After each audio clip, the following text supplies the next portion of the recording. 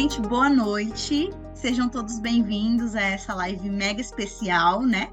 Hoje, quem tá ali no controle, quem vai ser as nossas professoras palestrantes, vão ser duas mulheres. Inclusive, essa live, ela é iniciativa da Comissão das Mulheres Economistas. Hoje, a palestrante vai ser nossa convidada especial. Estaremos aqui com a Eliane Tanabe, especialista em orientação, assessoria e planejamento financeiro pessoal, palestrante, mentora e professora. Eliane, seja bem-vinda, muito obrigada pelo convite, por aceitar o nosso convite. Também a nossa palestrante, coordenadora da Comissão das Mulheres Economistas, Fernanda Della Rosa, economista, ela é coordenadora da comissão e conselheira do Corecon São Paulo. Fê, muito obrigada por permitir que a gente fale desse tema tão importante, né? O tema é cenário do endividamento, a importância da educação financeira na sociedade, um tema super atual que alcança todos nós, né? Tanto os jovens que estão começando agora a carreira, quanto aqueles que estão se preparando para a aposentadoria. E o mediador vai ser o nosso conselheiro Luiz Paulo Rosenberg. Sejam bem-vindos. Antes de passar a palavra para o nosso conselheiro Rosenberg, eu gostaria que o presidente Pedro Afonso Gomes falasse. Por favor, presidente. Olá a todos, todas que estão assistindo a essa nossa live, ao vivo ou depois na TV Economista. Queria agradecer a presença de todos e todas e também saudar a Eliane e a Fernanda. A Eliane, que já nos conhecemos, porque ela já deu uma palestra no Corecon a 2020, né, início de 2020, juntamente com a Sônia, e aí presencial ainda, sobre o mesmo tema, e foi muito boa. Tenho certeza que hoje também o será. Aguardo muito esse tema, que é bastante importante. E a Fernanda também, que vai fazer a parte dela, conhecedora exímia desse assunto também, e é o conselheiro Luiz Paulo que vai mediar. Então, agradeço a todos, é um grande evento para o Corecon São Paulo. Obrigada, presidente. Quero passar também a palavra para o nosso conselheiro, Luiz Paulo Rosenberg, por favor. É um prazer estar aqui. Para mim é um privilégio ser o único homem na comissão das mulheres economistas. Acompanho o excelente trabalho que a Fernanda vem fazendo. E trazer Eliane é uma bênção para nós todos.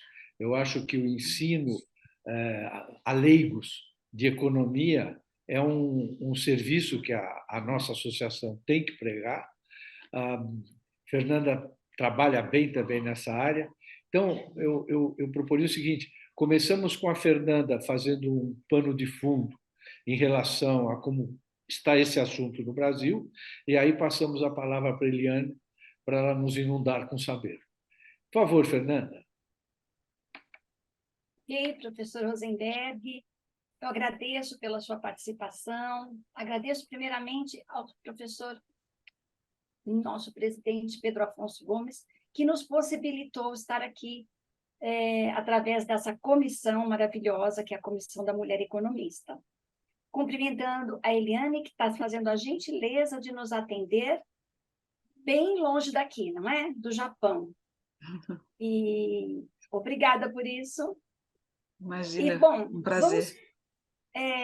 Esse tema me veio porque eu tenho visto muitas discussões a respeito das dificuldades que as pessoas estão encontrando para lidar com a questão financeira, principalmente no cenário pós-pandemia, porque a gente ainda está nesse pós, né? Ou seja, ainda é um período que sofre as consequências daqueles dias tão difíceis que nós passamos, que afetou muito a economia do nosso país.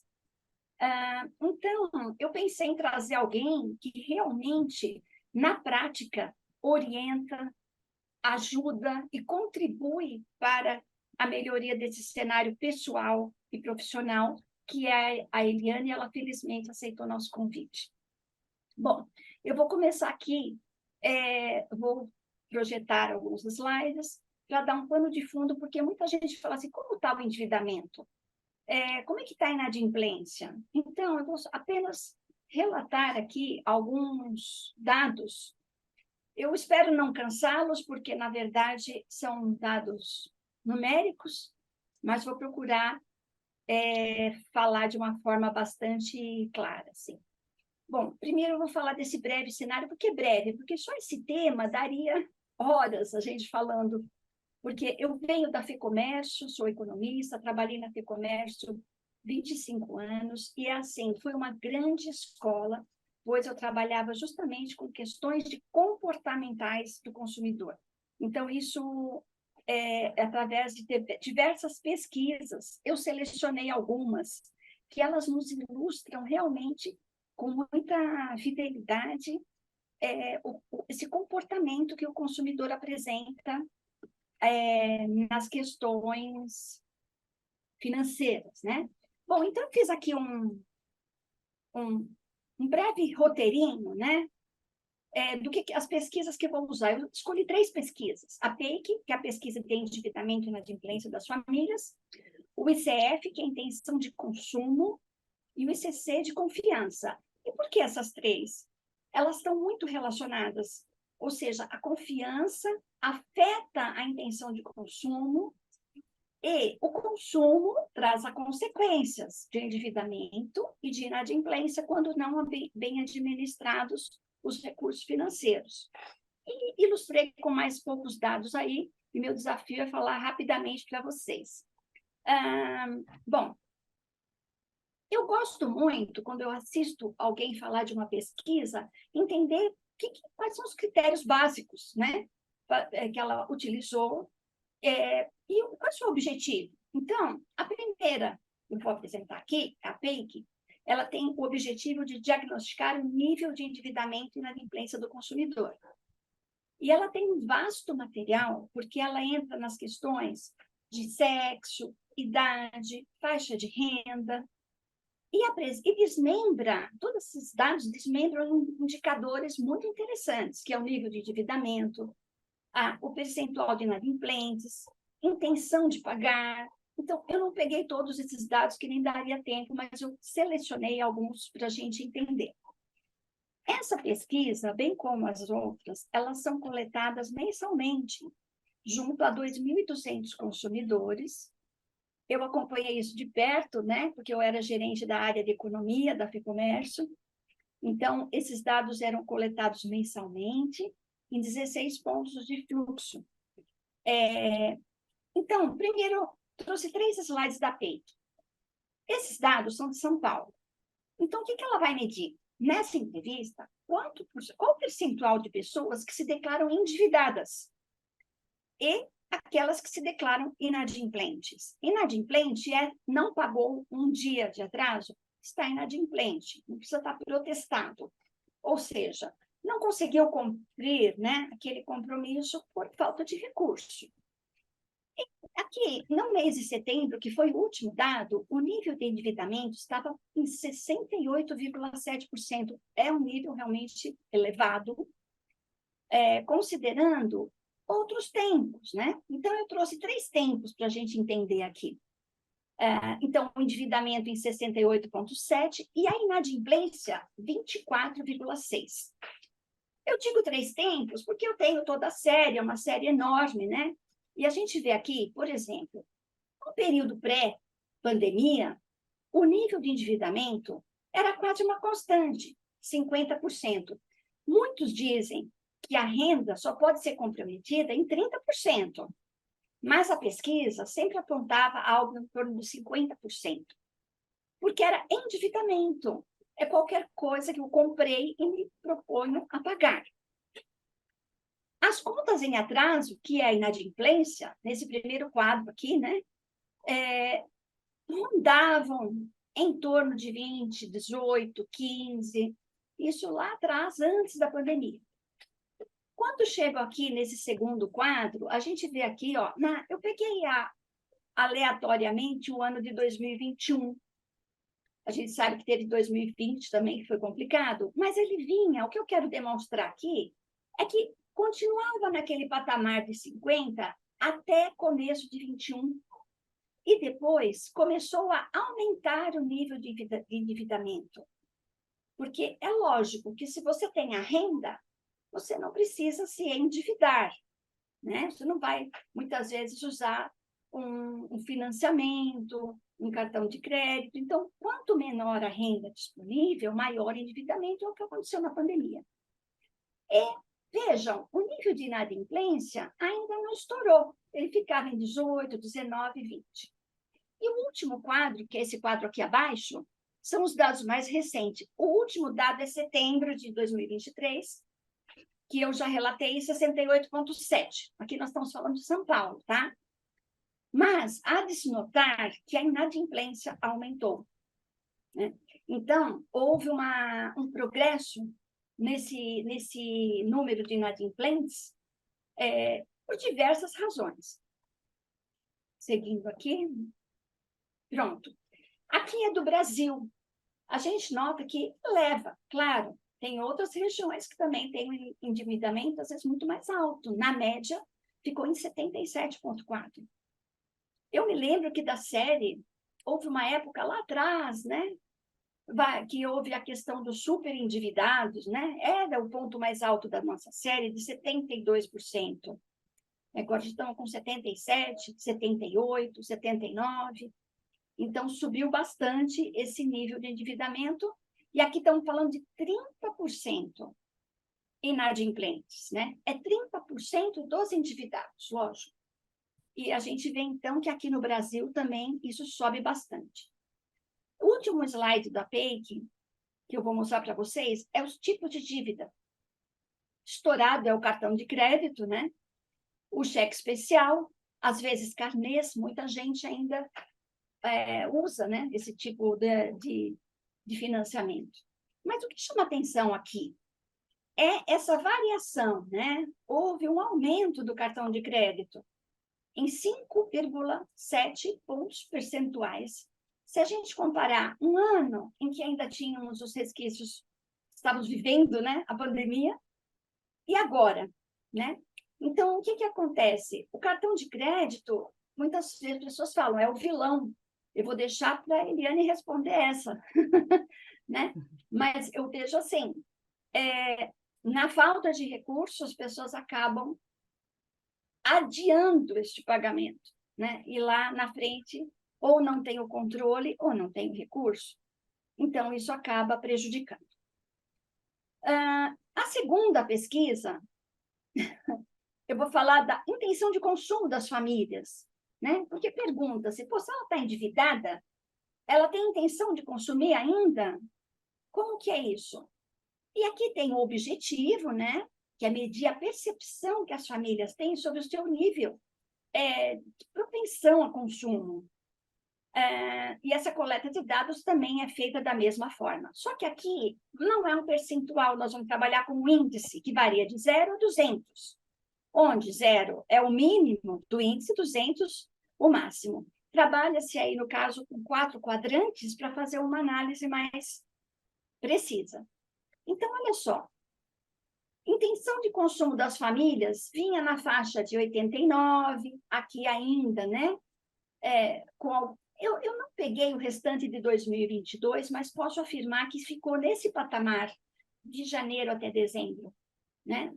Ou seja, entre 0 e 200 está praticamente na metade, né? 90 é o ponto de interesse. Só que isso cresceu muito esse ano. Veio crescendo a intenção de consumo das famílias. Bom, se a gente já está bem endividado e a inadimplência cresceu, e as famílias se declaram que vão consumir mais, isso causa alguma preocupação, né? E por isso que eu trouxe ao final os dados de emprego e renda, porque que acontece? A economia tem que se aquecer com emprego, geração de emprego e renda, para que isso possa responder a essa decisão de compra. E nem sempre isso acontece.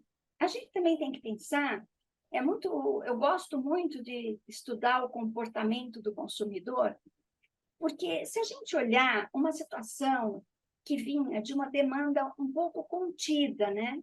Aqueles anos que nós ficamos comprando pela internet, não deixamos de comprar, né? Mas houve, em certo ponto, no início cresceu o consumo, depois abrandou um pouco. Por quê? Porque começaram pessoas a perder emprego, começaram pessoas a ter dificuldade de lidar com aquilo. E aí, vamos ver aqui para frente o que acontece, né? Antes de sair desse slide, aqui estão os componentes dessa intenção de consumo, os itens que são pesquisados. Então, primeira fase da pergunta, do questionário, ele vai perguntar sobre emprego. Então, aqui, 84,9, e agora 1,315. Então, mais positividade, mais emprego. Perspectiva profissional, também o consumidor entende como melhor. Só que perspectiva não tem na mão. É um entendimento, uma percepção deste consumidor, né? Depois, o segundo bloco é renda. Então, o consumidor entendia nessa parte, né? Nesse patamar, 71, 72. E agora, veja, a renda foi percebida como aumento dessa renda, porque a economia volta à normalidade, o consumo naturalmente cresce. A gente tem que sempre lembrar que quando a base anterior é fraca, o percentual de aumento de emprego ele acaba sendo expressivo, mas é positivo. E, por último, o bloco de pesquisa fala-se, então, do consumo, que também apresenta uma intenção mais elevada comparativamente ao outro período. Então, é muito interessante ver esses números, porque eles traduzem aquela realidade que a gente encontra quando conversa com alguém, quando vai às compras, e até mesmo muito parecida com a nossa, por vezes. Por último, vamos falar dessa pesquisa que ela é, assim, eu acho que a originária de tudo, porque sem confiança não se compra, né? Quando o consumidor não tem confiança, ele para. Então, vai identificar o quê? O humor desse consumidor. Então, tem questões perguntando como é que ele vê a sua vida agora, como você vê a sua perspectiva, como você vê questões de emprego e tudo mais. Então, tudo isso e também varia de 0 a 200. Nós vamos ter a mesma questão dos índices, tá? Então, aqui eu também trouxe uma data passada, onde ele até ultrapassava o segundo quadrante, né? Que é 100 de índice. E agora, nós temos aqui 132,6. Uma coisa muito importante para o consumidor melhorar o seu humor é ele sentir que ele pode comprar. Ele pode comprar com um pouco mais de folga, né? Então, isso melhora. Essa pesquisa, ela é bem interessante observar também 3 blocos de perguntas.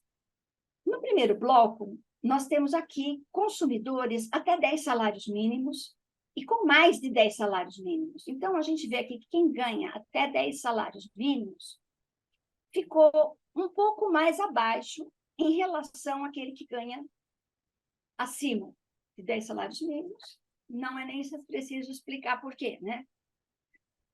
E homens e mulheres. Os homens com 133, mulheres 132. Está praticamente igual. E quanto à idade, consumidores até 35 anos, 136. E acima, 125. Então, a gente observa, assim, que está muito parecido, né? Está muito parecido, exceto esse aqui, de mais de 35 anos, que acredita, mas não acredita muito. Ainda está um pouco reticente. Outra coisa interessante da gente analisar, comparativamente com aquele tempo lá, aquele período de pandemia, a gente vê que aqui, ó, as pessoas que ganham até 10 salários mínimos tiveram uma boa variação, né? 18%.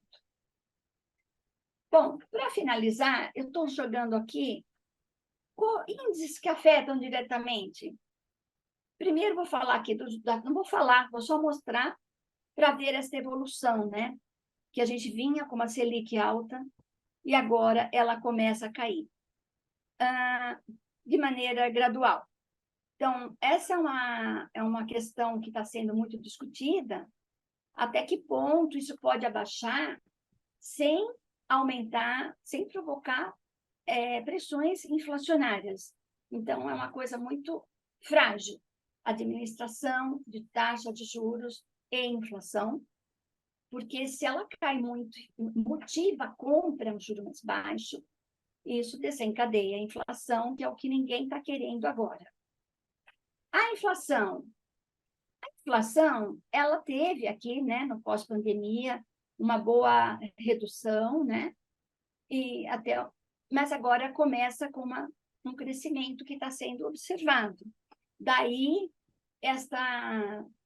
esses questionamentos, né, dos debates do risco de se baixar os juros tão rapidamente.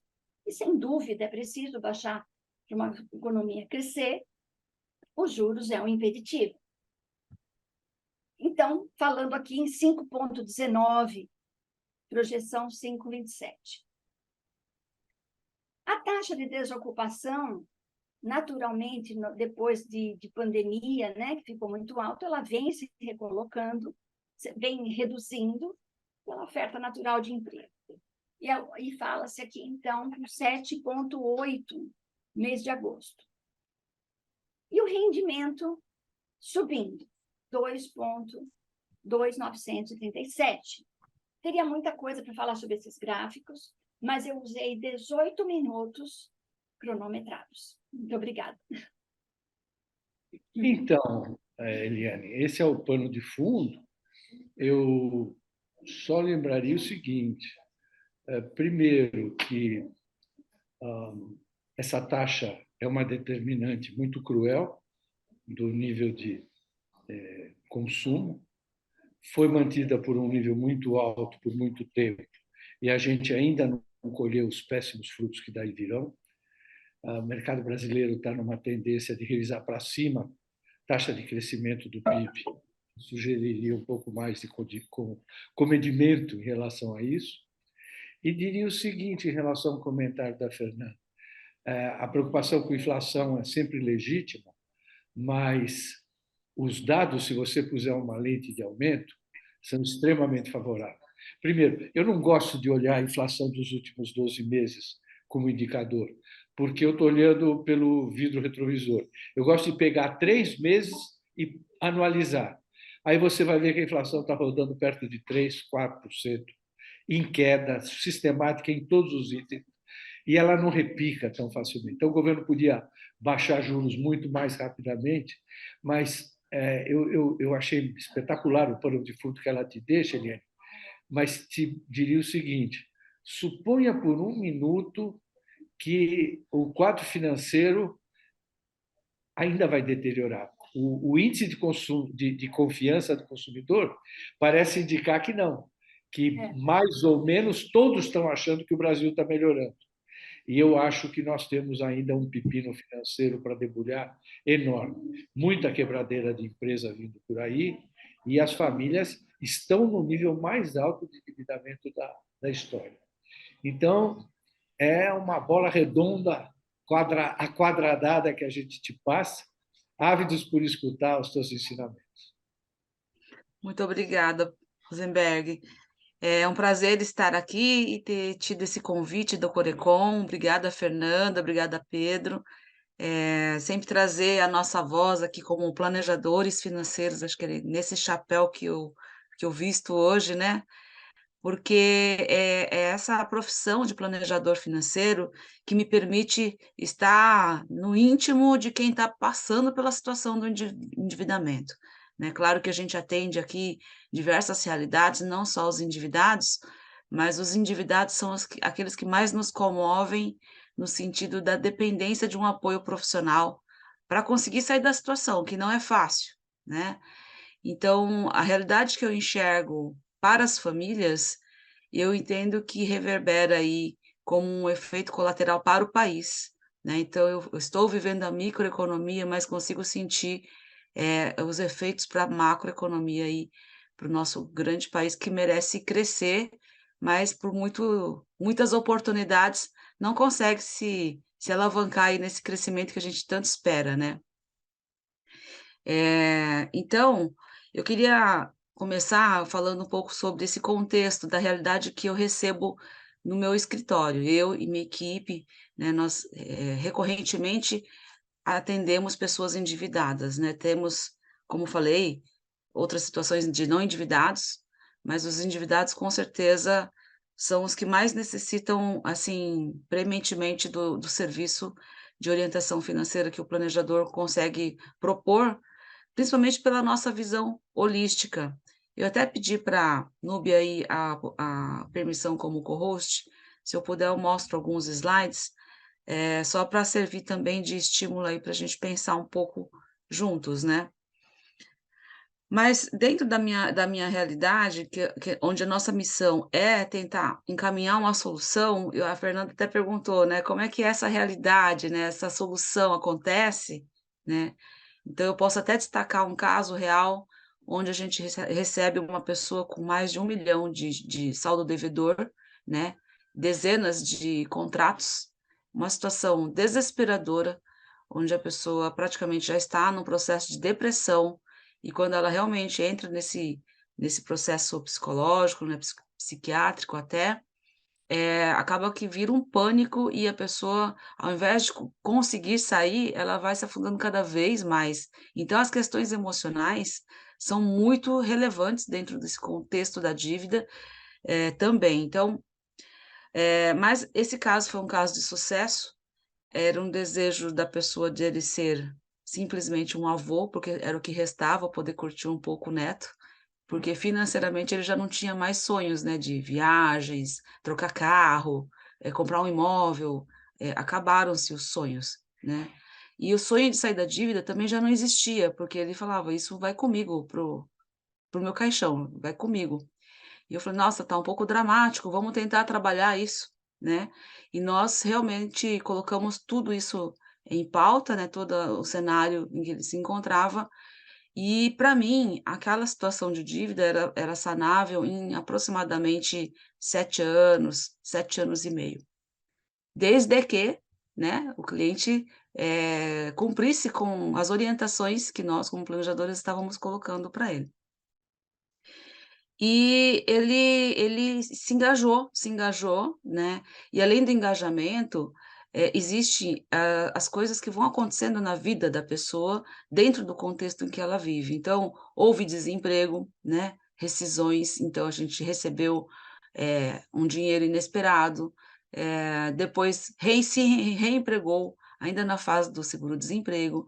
Então é uma novela da vida real que acontece, né, e posso dizer para vocês que com sucesso a gente conseguiu eliminar essas dívidas em 3 anos e meio aproximadamente. Eu estou contando com detalhes, porque assim, não é rápido sair de uma dívida, nem para a pessoa e nem para um país, pra uma nação, né. Então, enquanto as famílias estão, eh, na peleja aí, né, como diz o popular, para sair da situação, que vai demorar no mínimo isso, uns 2, 3, 4 anos, né, isso quando não for mais tempo, eh, o país também vai sentir isso junto, porque é uma economia que não consegue decolar, porque não tem uma população com capacidade de consumidora saudável, né. Nós precisamos que a população, estimule a economia, a atividade, o desenvolvimento, mas de forma saudável. E aí, como a Fernanda destacou, que o nosso nível de endividamento tem como principal causa, 85%, se eu não me engano, nos dados da Fernanda, é no rotativo do cartão, imagine só a qualidade dessa dívida, né, assim, é aquele endividamento que dá uma sinuca de bico para a pessoa, né, ela não consegue sair daquela situação, se torna um enrosco, né, o cartão de crédito, que chega um momento que aí vem um outro motivo do endividamento, que é usar o nome de outras pessoas, né, aí começa a usar o cartão do avô, do pai, de um amigo, né, pede emprestado, porque ele precisa continuar consumindo, ele precisa continuar vivendo, né. Eu me recordo, uma das primeiras endividadas que eu atendi há uns 13 anos atrás, 14 anos atrás, ela ela falou, eu estou sentada na calçada chorando, porque eu não sei mais o que fazer, né? Eu preciso comer. Eu falei assim, o que que tem a ver o seu cartão de crédito com comer, né? Ela falou assim, eu precisava usar o cartão de crédito porque eu precisava comprar frango, salada, arroz, né? Fazer minhas compras básicas. Só que eu me perdi totalmente no cartão. Ela se perdeu no cartão, né, então ela comprava com o cartão, não conseguia honrar aquele cartão. Por quê? Porque passou por uma fase de desemprego, e aí vem um outro tópico que a Fernanda trouxe, que com a pandemia todos, muitos, né, sentiram o desemprego, a quebra das suas empresas, né, e aí faltou o dinheiro para o arroz e feijão, para o dia a dia, né. E ela continuou fazendo isso através do cartão. Então o cartão, ele dá uma falsa liberdade econômica às pessoas, um acesso a um recurso financeiro que, se não for utilizado, da melhor forma, né, de uma forma consciente, ela vira aquele monstro contra a própria pessoa, né, se torna um peso grande, né, e chega ao ponto de dar um strike, de realmente deixar a pessoa encurralada e não conseguir mais sair daquela situação. Nesse caso dessa pessoa de 14 anos atrás, ela pegava um outro cartão para pagar aquele primeiro cartão. Então imagine só, né, o efeito multiplicador dos juros contra ela, né. Então ela ia pegando um outro cartão, um outro crédito, e era um crédito muito facilitado, né, de passar em lojas de varejo e falar: "Você quer R$ 1.500? Faça um cadastro aqui agora e leve agora R$ 1.500". Ela falou assim: "Essa é a salvação para eu pagar os meus boletos dos 3 cartões, dos 4 cartões, dos N cartões", em que ela foi colecionando. E aí a gente pergunta: "Mas será que ela não sabia que ia começar a acontecer isso?". Algumas situações as pessoas não conseguem entender esse efeito multiplicador dos juros, não conseguem, né. As pessoas em outras atividades econômicas, elas estão concentradas em outras, profissões, em outras atividades que não de cálculo financeiro, como a gente tem domínio aqui. Então, para elas, não, tudo bem, eu tenho mais um dinheiro ali, mais um crédito, eu uso aquele para pagar esse, e isso vai se tornando uma bola de neve. Então, como é que eu lido com essas situações lá no escritório, né? Em primeiro lugar, nós, buscamos o não julgamento. Isso é porque é muito tentador para nós cair no julgamento. "Poxa, mas espera aí, você não podia ter feito isso, por que que você foi fazer isso?". Esse porquê tem um peso muito grande sobre as emoções do nosso, cliente, né. E o cliente vem com as emoções à flor da pele. Aí depois disso, a gente tenta colocar todas essas informações em um quadro, um pano de fundo, né, sem esse julgamento. Me coloque todas as condições que você se encontra hoje. Qual é o contrato? Qual é a dívida? Qual é a taxa que você negociou, né?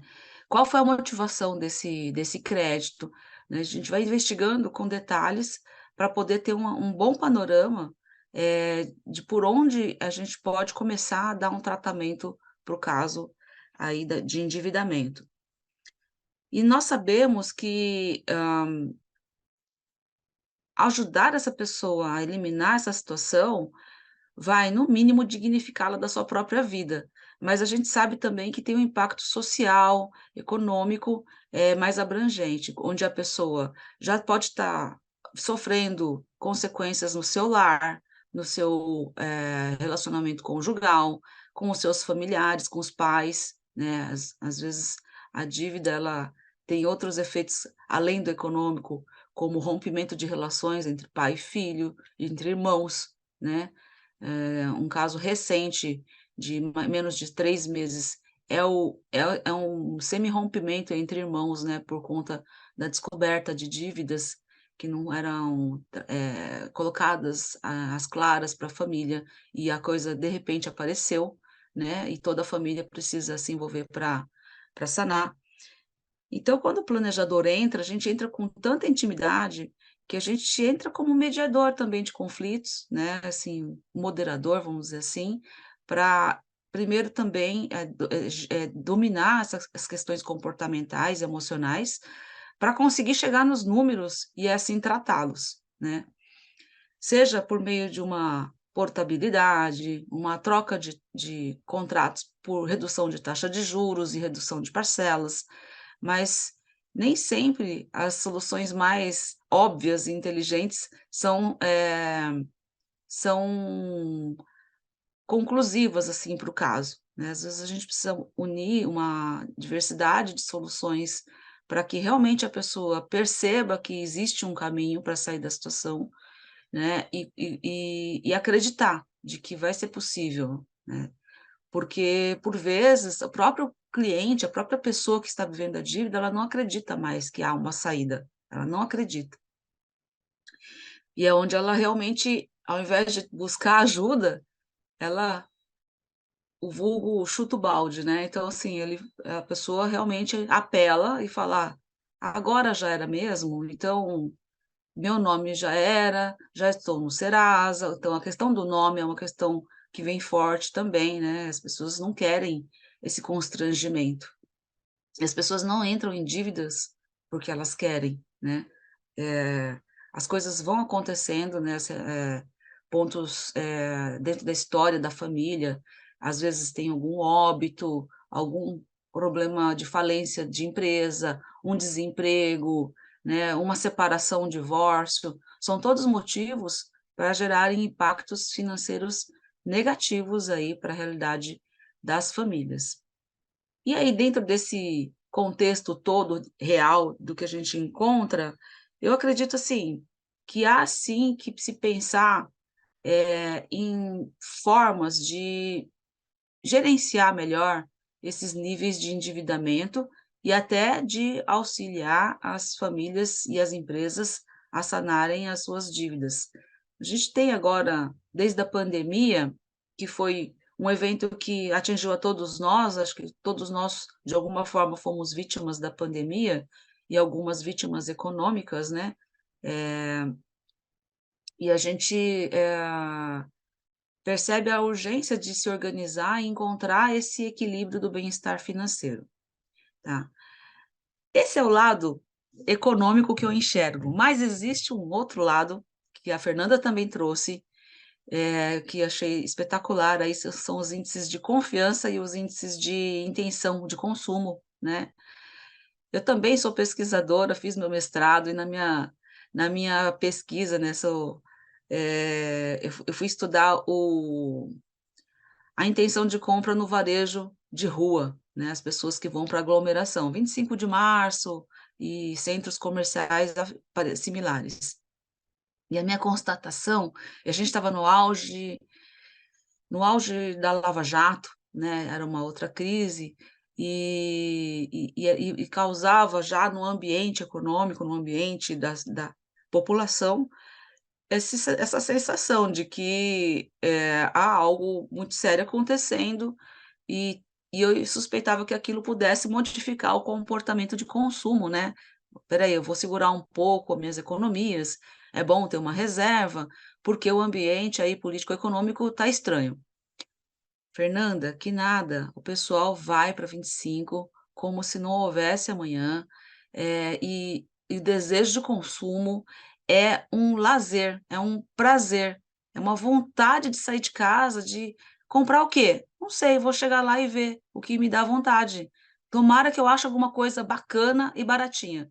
Então, assim, as pessoas saem não por utilidade, mas por motivos hedônicos, né, motivos reais de satisfação e prazer. E é como se entregasse tudo a uma boa-fé, né, assim, a fé do brasileiro, essa parte espiritual também é muito forte. Então, ele fala assim: "Ah, se Deus quiser, ano que vem minha vida melhora, se Deus quiser minha empresa se recupera, né, então, amanhã vai dar tudo certo". Existe essa confiança muito grande para o futuro. Mas quando você olha para o passado, isso a minha pesquisa trouxe isso, né, que eu tinha essas perguntas na minha pesquisa, como é que você vê o seu ano anterior, né? Foi péssimo, foi péssimo, foi péssimo. E o ano que vem, como é que você imagina que será? nossa, vai ser maravilhoso, com certeza tudo vai melhorar. Então, um excesso de confiança muito grande, de que tudo vai dar certo. Isso também é um motivo comportamental para as pessoas saírem às compras, hoje, mesmo sabendo que já ultrapassou o limite do cartão de crédito, né. Então é o tal do "eu mereço", né, e aí você vê que você ainda tem mais um respiro no seu limite de crédito do cartão, você fala: "Ah, vou usar esse limitezinho aqui para ir para um restaurante, dar uma volta com as crianças, passear, viajar, vou para a praia, ou vou aproveitar e fazer uma compra de supermercado, melhor, comprar carne para churrasco", né, cada um tem seus prazeres aí, né, seja beber, comer, viajar, ver pessoas, e acaba que faz eu sei que já estou estourado no meu limite, ah, mas para quem já está até aqui, né, eu posso acabar de usar esse crédito aqui e ser um pouco mais feliz. Então, é um descontrole geral, né, e depois que a pessoa já está extremamente endividado e entra naquela fase do pânico da dívida, ele não sabe mais como sair, não sabe mais como sair, né, e começa a passar a viver uma angústia, né, uma depressão, e no extremo, eh infartando, tem pessoas que pensam em tirar a própria vida, esses são os extremos que eu também já enxerguei, já atendi situações, assim, extremas, e é o que eu evito a todo custo, né, que a pessoa se entregue e chegue e se conduza para um cenário desse, tá. Vou dar uma pausa aqui, porque eu não sei se Fernanda, Rosenberg, Pedro querem colocar alguma questão, fiquem à vontade. Eu acho que você tem o produto mais quente no momento no Brasil para negociar. Por que você Eu ia não falar isso. sobre como é a forma de remuneração desse serviço? É uma mensalidade, é um valor total fixo, é uma taxa de sucesso? Como é que você trabalha? Supondo que a pessoa está sem dinheiro, né? Isso. Sim, é. Então, aí eu vejo também essa realidade, né, de quem consegue acessar o nosso serviço, né, porque nós também somos uma empresa, também temos que nos manter, economicamente vivos, né, no mercado, né. A gente aprende que na escola de estratégia empresarial que estratégia, na verdade, nada mais é do que mecanismos de sobrevivência para a empresa se manter ao mercado, né, disponível. Então, por esse motivo, eu preciso precificar, né, e essa precificação hoje não dá acesso a toda a população, hoje no meu modelo. Mas quando eu vejo que é uma situação que a pessoa não tem renda para a contratação do serviço, eu tento viabilizar de alguma forma e flexibilizar esses preços para que a pessoa possa ser orientada. E venho estudando também outras formas de criar um serviço um pouco mais popular, né, para que pessoas de baixa renda, classes D e E, possam ter acesso ao serviço. Mas como é que eu precifico hoje?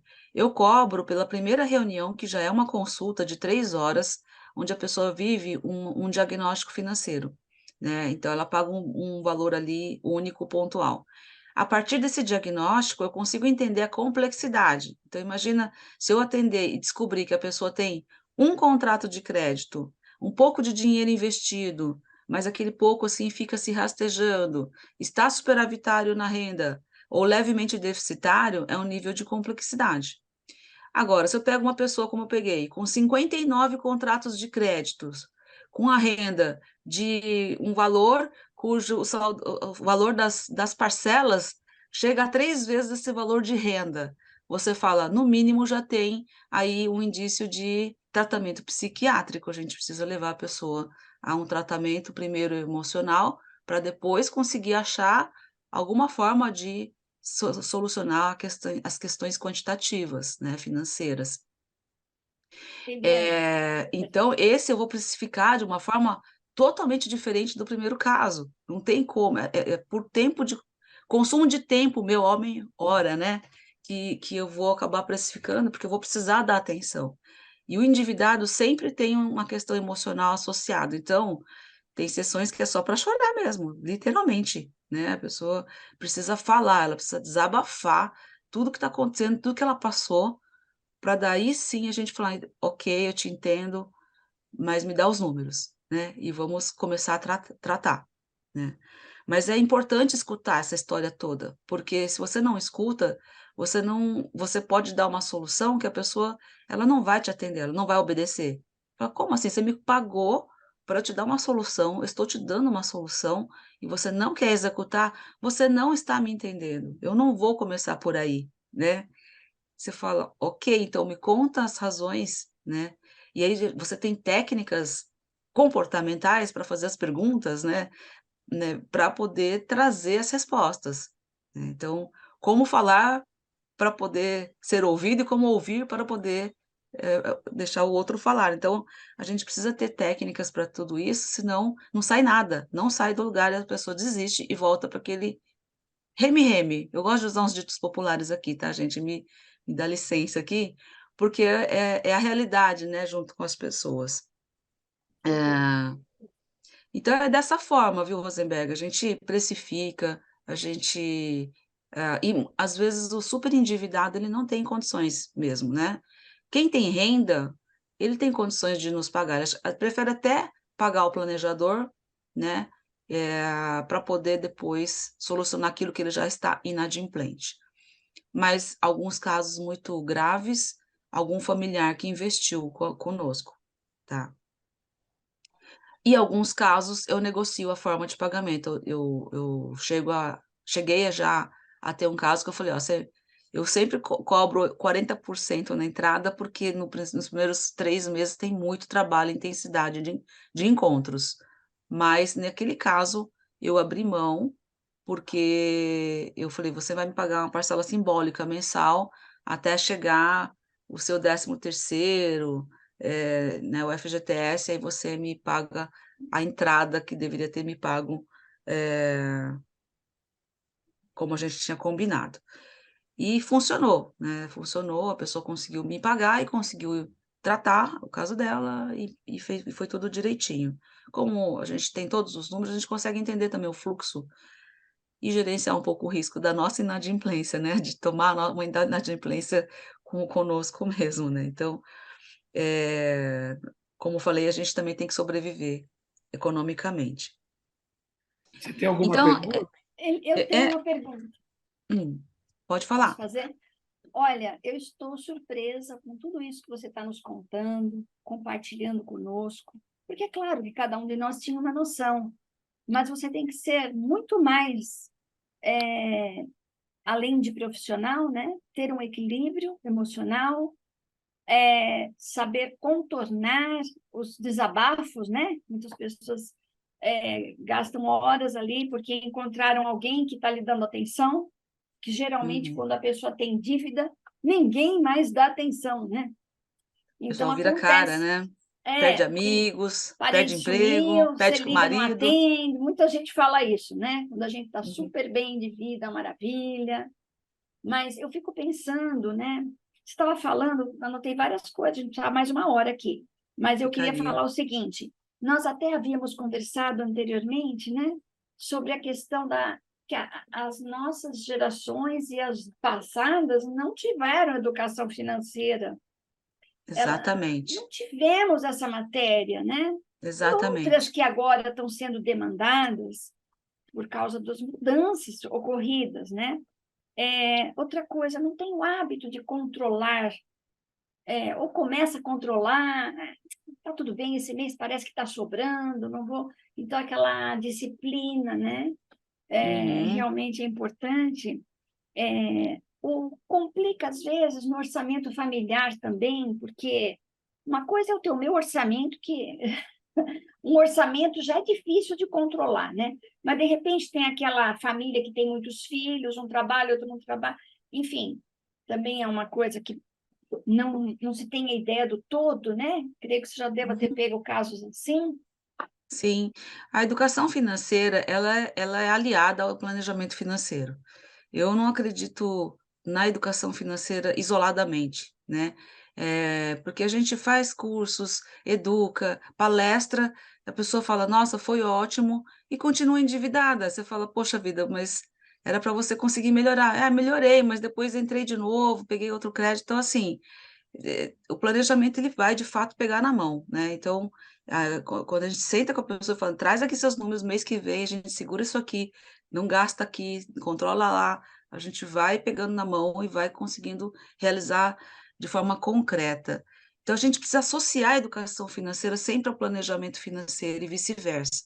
Tem gente que confunde que é a mesma coisa, e não é, né? Assim, o planejamento é esse ato de você colocar tudo no papel, calcular, fazer planos e seguir esse plano.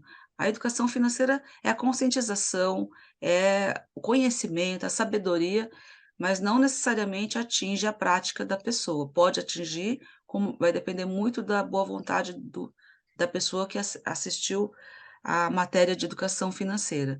E agora, graças a Deus, a educação financeira entrou para a grade escolar, né? Essa excelente notícia que começou aqui a discussão em 2017, com a aprovação do Banco Central, e 2018, com a aprovação do MEC, para a entrada do tema na grade escolar desde a educação fundamental.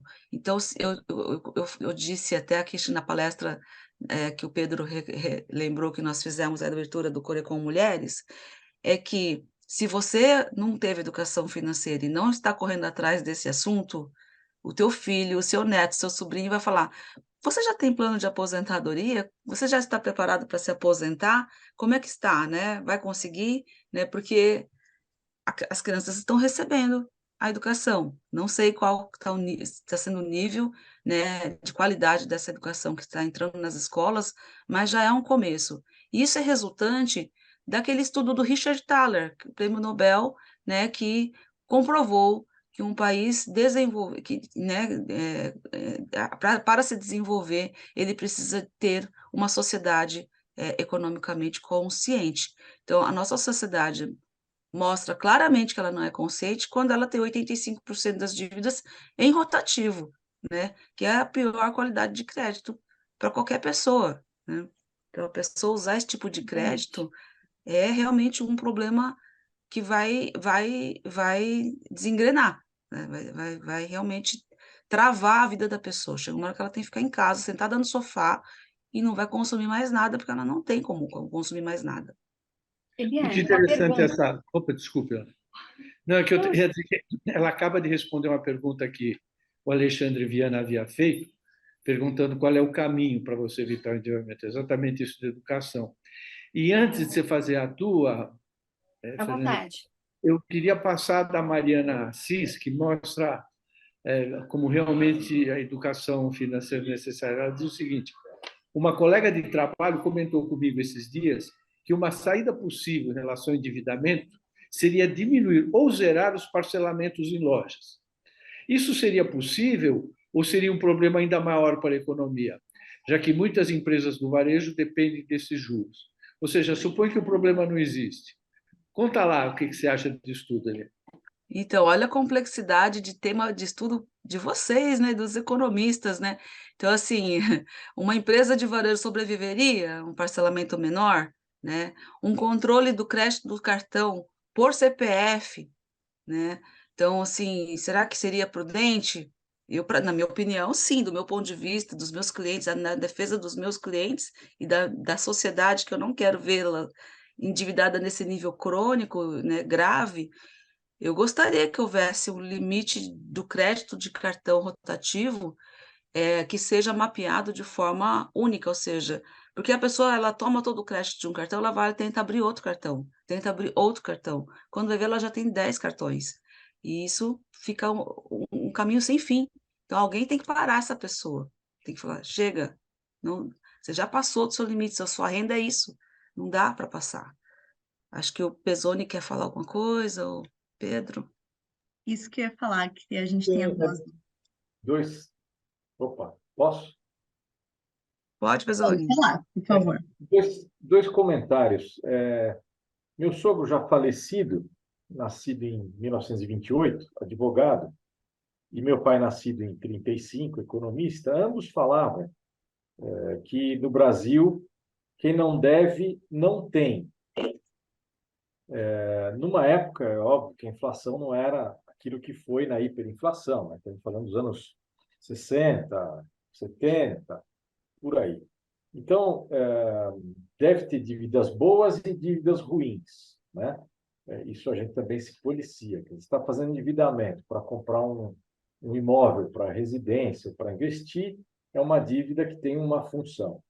Você está se endividando no cartão de crédito e lá fora, né, os cartões internacionais, sei lá, na Europa, nos Estados Unidos, não tem esse esquema de rotativo que nem no Brasil, e também não tem, obviamente, uma taxa de juro pornográfica que nem tem aqui no Brasil.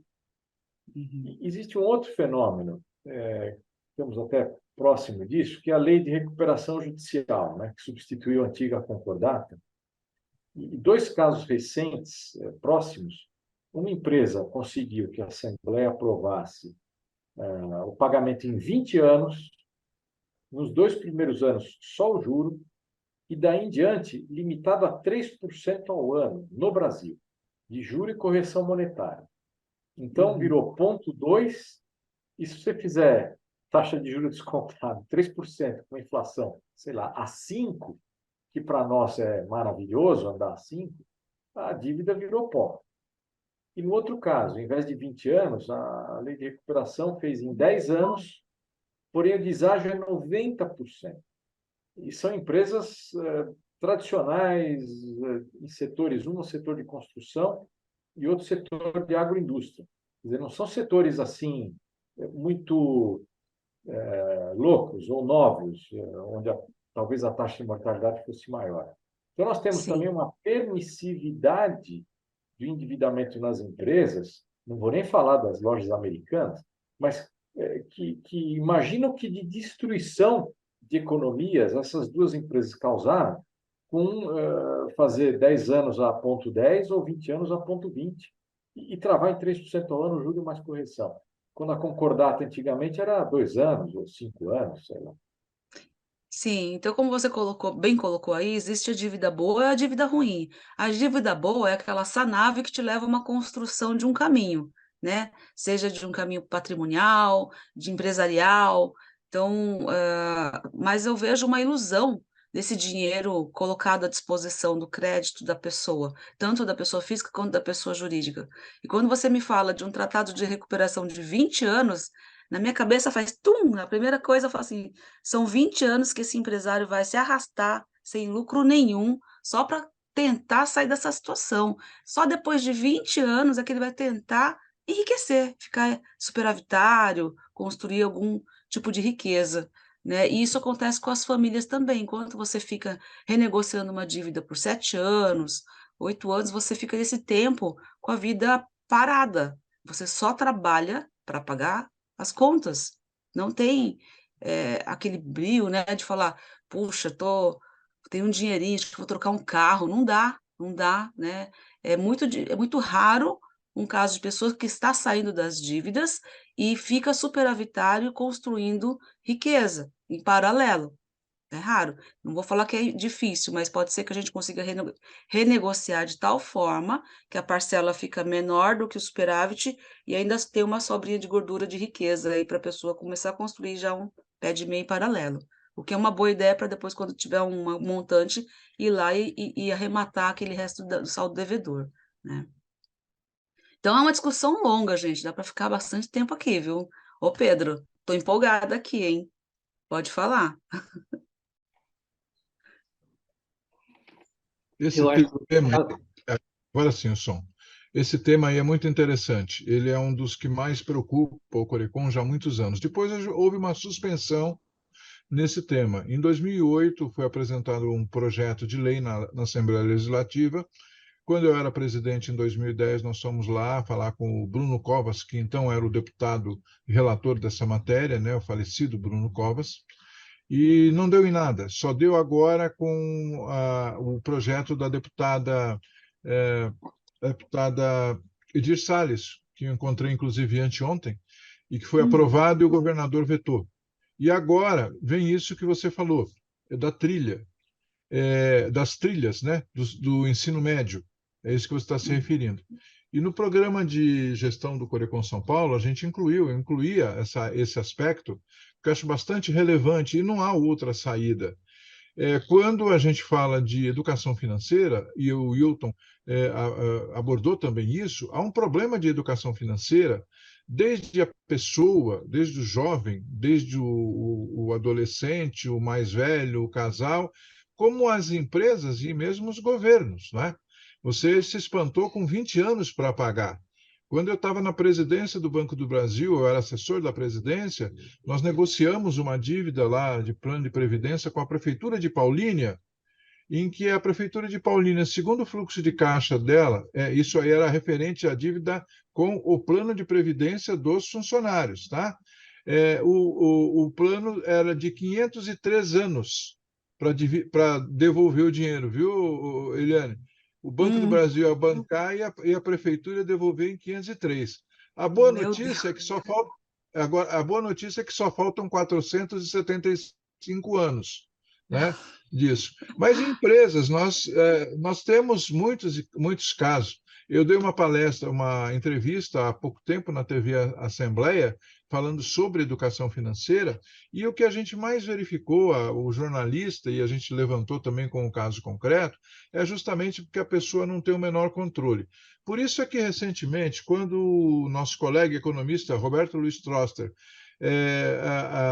ele fez um artigo no Valor Econômico sobre cartão de crédito, eu fui a ele e fiz uma sugestão dele pensar, tentar estruturar uma solução para a questão dos limites de crédito, que é isso que você abordou agora. Porque, como eu sou mais velho do Antigo Testamento, então me lembro que quando eu tinha 20 anos, pouca gente tinha cartão de crédito. Era pouquíssimo cartão de crédito. Não existia. Eu não sou a favor de que se limite para as pessoas o cartão de crédito. O que eu acho que precisa é que cada pessoa tenha um limite que possa pagar. Então, ela não deverá ter a tentação de subir. Vou dar um exemplo concreto e já vou encerrar, então, a minha manifestação aqui para você, em suporte e elogiando tudo que você já falou. Eu estava aqui, como bom corintiano, procurando as dívidas do Palmeiras, né, no Tribunal de Justiça, e encontrei algo que foi o contrário, foi um palmeirense contra o Palmeiras. E por que eu encontrei esse caso? Porque ele resolveu fazer a insolvência civil pessoal. Ele entrou com um processo para se livrar das dívidas. Ele queria uma redução de 90% da dívida. E o interessante é o seguinte, ele não devia nada em dezembro de um determinado ano. Quando chegou em fevereiro, ele devia 40 mil reais. Ele devia 40 mil reais, sendo que ele ganha 4.400 reais líquido. E aí o que aconteceu? Aquilo que você falou, a pessoa já se desilude com tudo. Então, no cartão de crédito dele, só tinha os restaurantes mais caro do shopping Higienópolis, as lojas de marca do shopping Higienópolis e assim por diante. Então, a pessoa vai se perdendo. Então, um jeito que eu acho que, se a educação demora, é você fazer limitações. Ou seja, a pessoa não pode comprar, simplesmente é isto, porque a inadimplência provoca aumento de taxa de juros, embora os bancos não precisem de motivo nenhum para aumentar juros, né? Eles aumentam juros se a taxa Selic cai, se a taxa Selic sobe, eles fazem o que eles quiserem. Mas é um motivo para a sociedade. Eu queria só comentar esses casos que você já falou aí, mas é só alguns casos que eu vivi agora. Obrigado, viu? Eu que agradeço. Cadê o Palmeiras? Oi? Você ia contar um caso do Palmeiras? Não, a dívida do Palmeiras, não, é que eu fui buscar as dívidas do Palmeiras, encontrei, viu? Mas essa é uma outra história. Vai dar uma outra live agora para a gente fazer as dívidas do Palmeiras, né? E depois mais duas para as dívidas do Corinthians, tá certo, Luiz Paulo? Eu vou contar para fechar aqui, então, essa nossa fala, porque acho que está dando nosso tempo, né, Fernando? Você me modera aí com o tempo, Núbia. Mas, assim, essa pessoa de 1 milhão de dívidas hoje realmente está avô, né? Ele realizou o sonho dele. Um outro caso que eu tirei de dívida, ele entrou em depressão quando pagou o último crédito. Eu falei, agora que você está livre das dívidas de mais de 10 anos, você vai me entrar em depressão? Ele falou, é porque eu percebi com você que era mais fácil do que eu imaginava, né? E eu não estava fazendo nada por isso, né?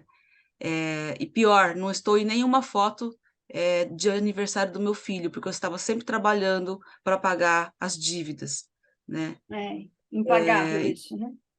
É, e assim, e por aí vai. Eu tenho muitas histórias aqui fantásticas e algumas, assim, de muita felicidade que a pessoa deixou de ser endividada e realmente hoje ela é investidora, né? Então, ela toma crédito quando precisa, mas de forma mais consciente, ou seja, conseguindo colocar isso dentro do orçamento de uma forma tranquila para sanar e por algum motivo importante, não simplesmente gastando o cartão sem Eliane, pensar. Fernanda, você eu, quer dar um eu, fecho na sua apresentação? eu quero, mas eu queria pôr uma pergunta. Existem eu mesma já fiz um curso uma vez de educação financeira, onde a máxima era guarde primeiro, depois você compre, né? Ou seja, você tem um sonho, guarda aquele dinheiro, vai guardando um pouco por mês, depois você realiza. Isso não é comum, né? As compras são por impulso, né? Esse é o movimento ideal, né? Mas Então, minha pergunta é assim, você já orientou nesse sentido ou você acha que o método do controle do futuro é o mais factível, vamos dizer assim, para a nossa sociedade, para os hábitos da nossa sociedade atual? já orientei, é claro, dessa forma, porque é um clássico, né? Você junta para depois comprar e gastar. Mas aí vem a questão do Pesone, né?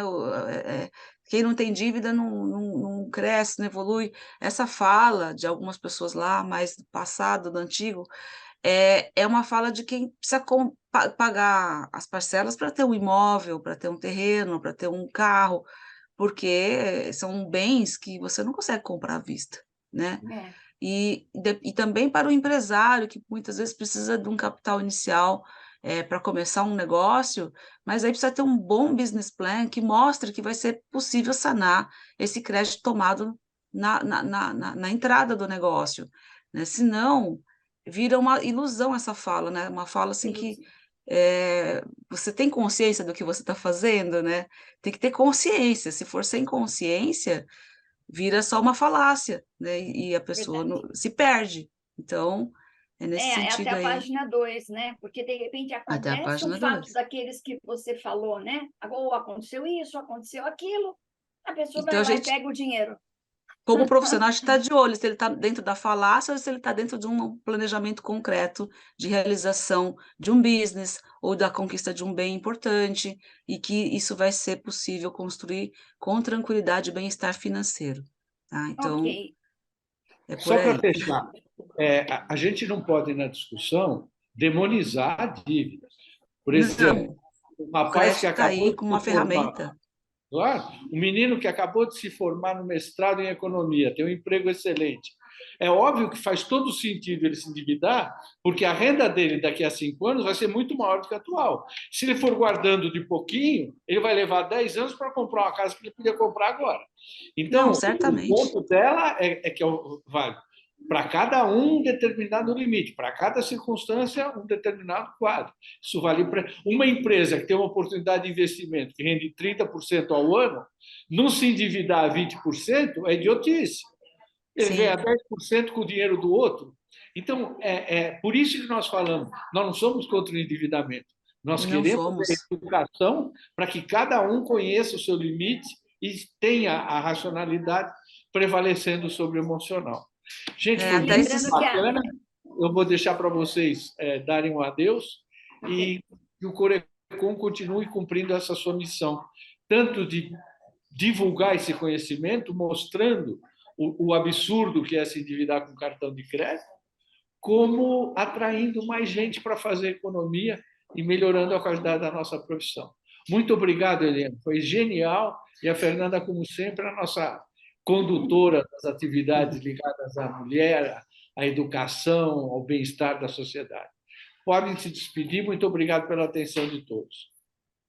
Eu que Ok, agradeço, eu Rosenberg. queria encerrar aqui agradecendo ao convite, Fernanda, e quero colocar aí uma pitada nos seus estudos econômicos, né? Tentar ver se conseguimos mapear melhor esse nível de endividamento versus inadimplência, quebrando isso em dívidas saudáveis, ou seja, essas são sanáveis, estão bem planejadas, dívidas que estão ao ponto de virar um processo crítico e dívida que já se tornou inadimplência, que aí sim a pessoa já se perdeu.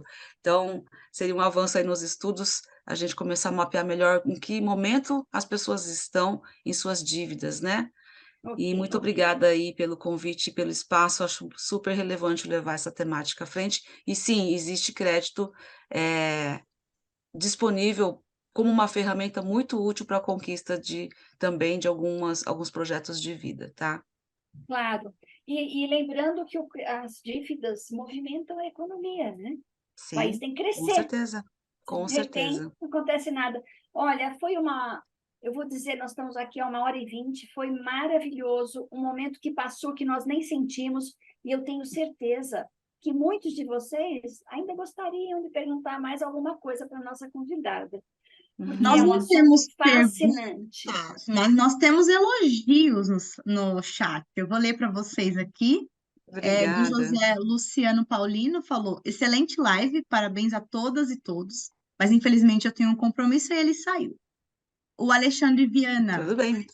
de fato, a educação financeira é muito importante para ensinar aos clientes a tomar crédito consciente, com planejamento e não só para consumo, mas também para a criação de patrimônio, para educação e para empreender. O Jurcilei falou: parabéns ao Pedro e todos do Corecon São Paulo pelo excelente encontro.